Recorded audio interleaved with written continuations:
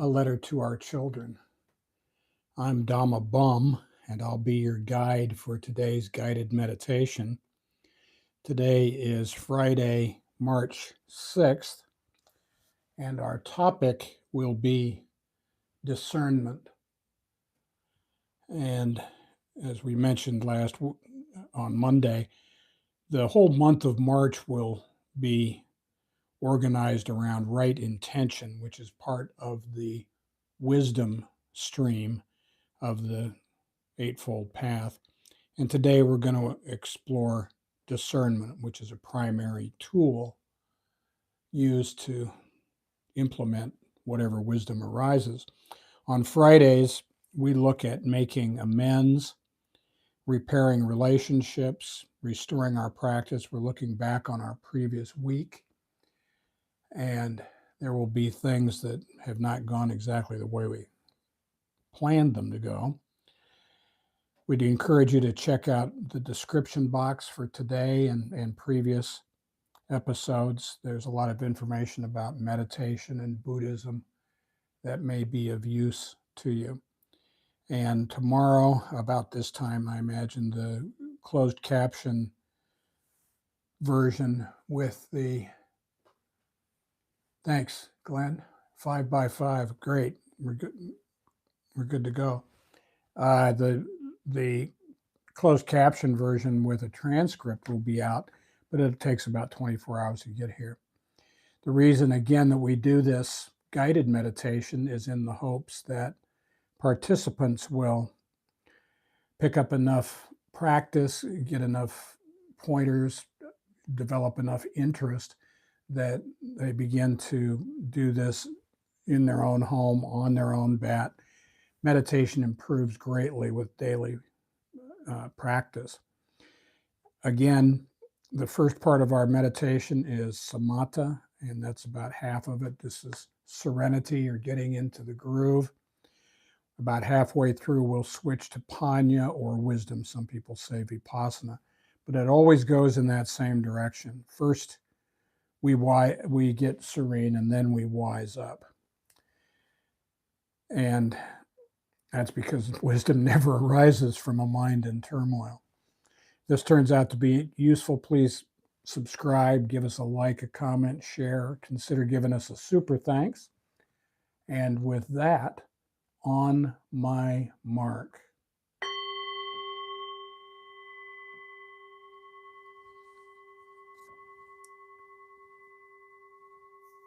Please find yourself in a quiet spot, spine straight, shoulders back, lower your chin towards your chest. Let your hands rest in your lap or on your thighs or on your knees. Close your eyes and mouth gently and imagine a ball of white light an inch or two, 3 to 5 centimeters beneath your nostrils. Breathe in through your nose. Watch it go down past your heart to your stomach and back out the same way. Breathe in through your nose. Watch it go down past your heart to your stomach and back out the same way. Just take smooth, natural breaths. Don't worry about how fast or how shallow or slow or deep your breaths are. Just natural breaths for you. As you breathe in through your nose, watch it go down past your heart to your stomach and back out the same way. When outside issues intrude, gently brush them aside, thinking, no, that's not my business. I'm focused on my breath as it goes in through my nose, down past my heart to my stomach, and back out the same way. Empty your mind. On Fridays, we start with the Dhammapada, verses 3 through 6. He abused me, attacked me, defeated me, robbed me. For someone hostile like this, hatred does not end. He abused me, attacked me, defeated me, robbed me. For someone not hostile like this, hatred ends. For hatred never ends through hatred. By non-hate alone does it end. This is an ancient truth.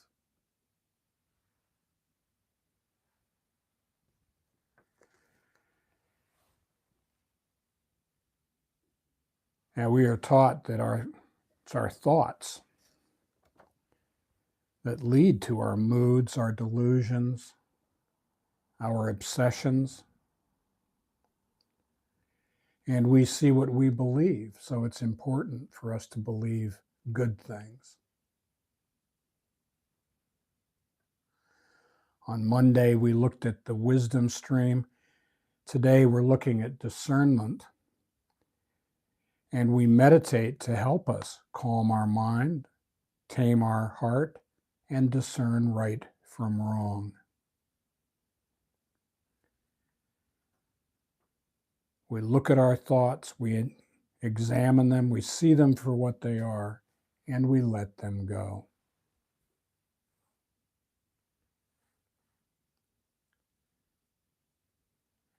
If we let go a little, we get a little serenity. If we let go a lot, we get a lot of serenity. And if we let go completely, that is, if we accept life on life's terms, we find complete serenity.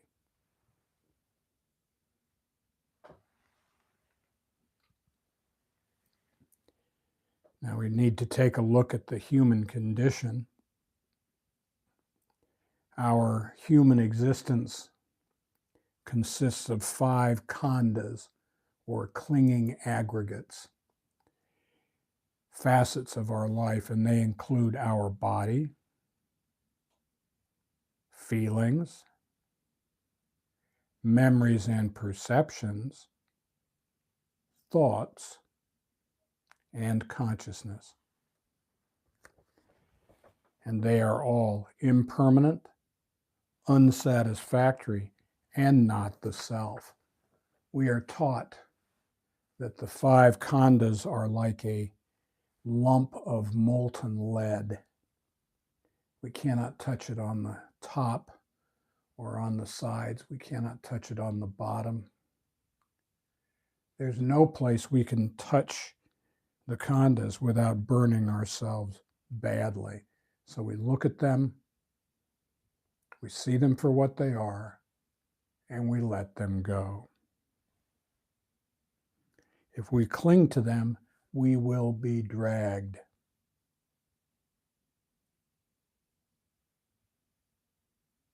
Let's remember our monkey mind and our thoughts are very busy giving themselves something to do. They seek attachment. They want to be a part of everything. They running around giving themselves something to do.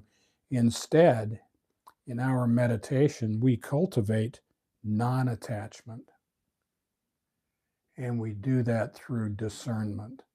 We have to learn the difference between things we can change and things we cannot change.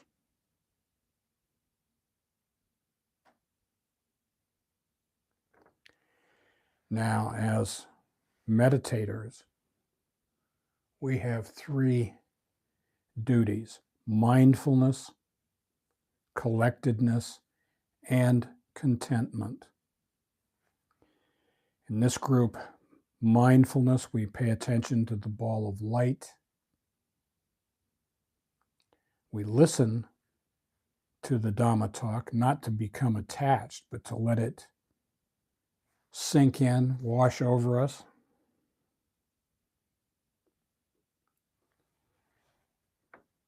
Collectedness, some people say concentration is our second duty.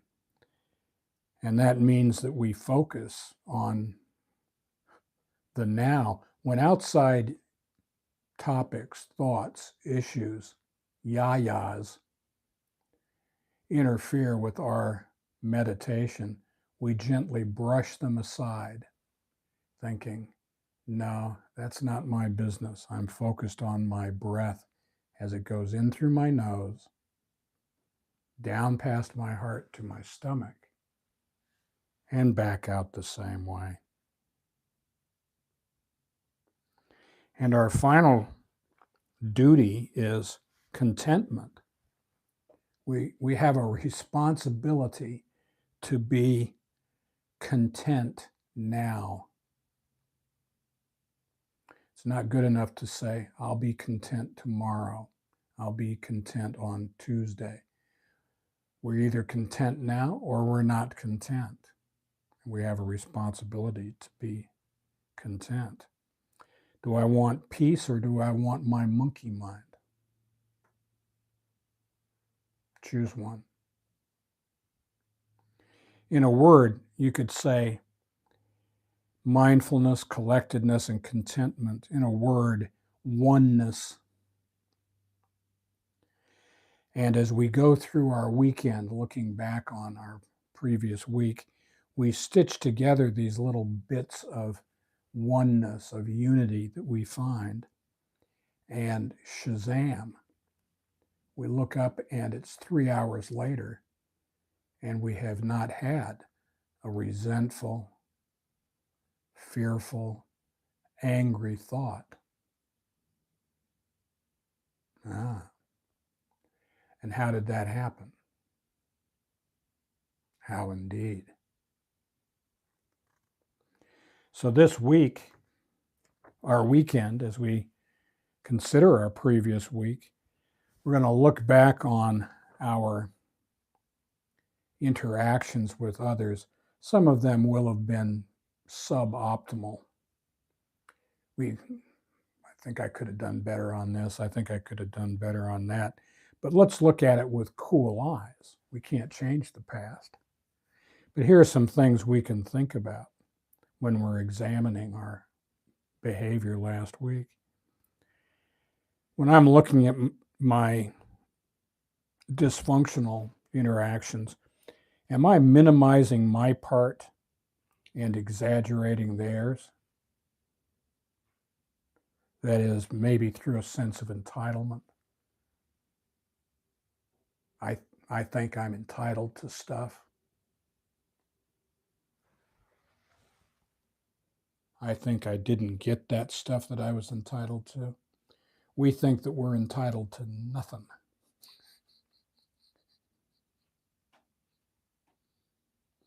Second, was I setting myself up as a victim? Maybe this is similar to the minimizing my part.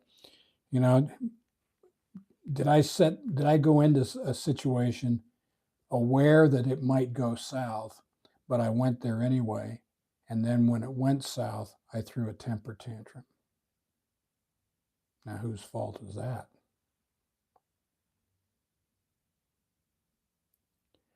Third, was I expecting people to be something they are not? I mean, who was I dealing with? Why did I think that would go differently? And finally, was I expecting perfection, which is kind of wacky, in this plane of existence? And what all of these have in common is expectations. What do we know about expectations? Expectations are resentments under construction. When When we have them, when we think that it's going to go like this or that, we're setting ourselves up for disappointment.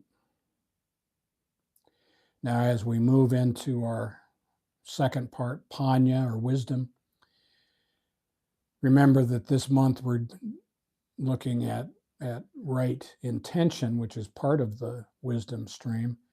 And in particular today, we're looking at discernment. Wisdom arises from meditation, what we're doing today. That wisdom will lead us to better ethical conduct. It will change the way we act. And that better ethical conduct leads to better meditation, which feeds right back into deeper wisdom. It's a set. They work together as a phased array.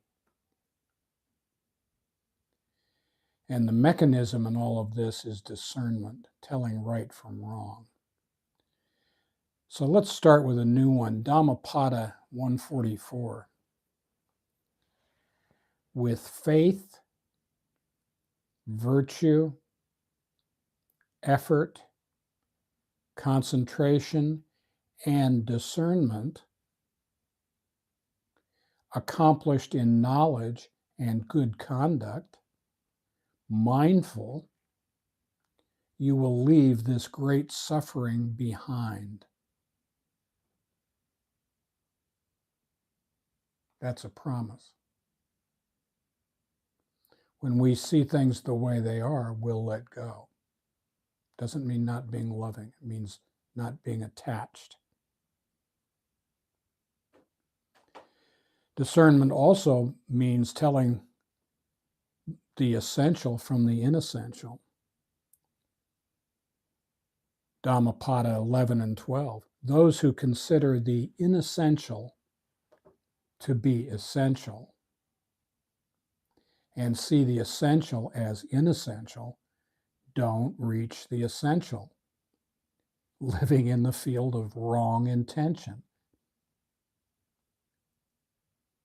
Those who know the essential to be essential and the inessential as inessential reach the essential, living in the field of right intention. Right view leads to right intention. That's wisdom. What's important? And this is critical to sila, that's the ethical conduct stream within the Eightfold Path. That's right speech, right action, right livelihood. And when we're making a good faith effort, not perfect, but we apply ourselves to ethical conduct, it will lead to the samadhi stream, which is what we're doing today, meditation, right effort. We go to a certain place at a certain time. It doesn't have to be silent, but it should be quiet enough that we can concentrate. We practice mindfulness, right mindfulness, and also right concentration. And when we do those things, then we are able to meditate properly. We can do so because we are not living a double life. And when we are sitting in meditation, panya or wisdom, right view and right intention arises.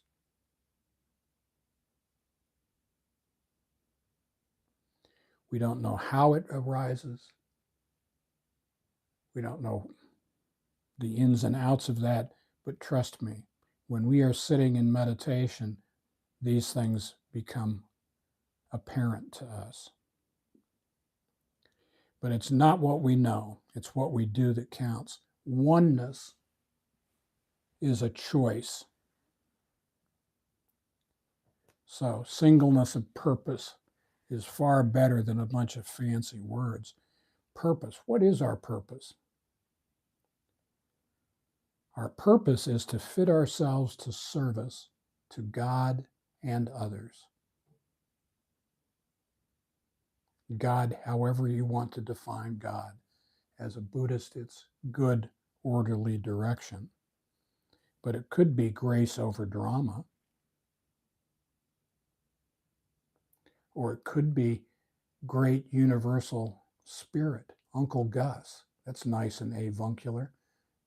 Come on, Uncle Gus, give me a hand here. I'm having a hard time making my life work. Show me what to do, man. I'll do it.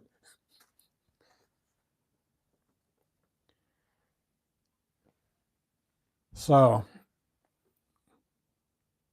a not crazy question is, well, what do you mean by correct behavior? Well, let's just start with the 5 precepts. This is for the laity. There are more precepts for monastics, but just for the ordinary walking around folks, here are the 5 precepts. 1, refrain from killing. 2, practice right speech, or in other words, refrain from lying and harsh speech. 3, refrain from taking what is not given.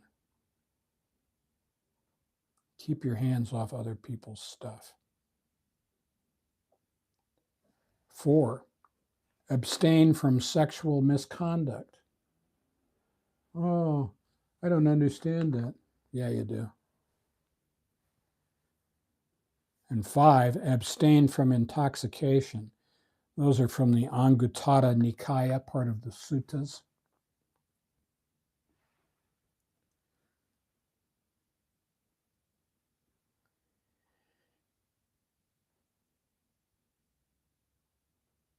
And if we start with those 5, if we could do those 5, we'd be miles down the road towards living a happy life where we don't harm other people.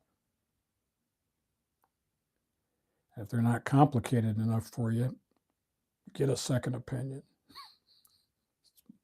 My advice. The Dhammapada says, one digs up one's own root here in this very world if one kills, lies, steals, goes to another's spouse, or gives oneself up to drink an intoxicant. Good person, know this, evil traits are reckless. Don't let greed and wrongdoing oppress you with long-term suffering. Good advice. So, this weekend, as you're going through your days, if you feel restless, irritable, discontent, take a breath, excuse yourself, step into the next room and close the doors, sit down and put your earphones in, turn on this recording. Imagine a ball of light a couple of inches below your nostrils. Breathe in through your nose. Watch it go down past your heart to your stomach and back out the same way. Namaste.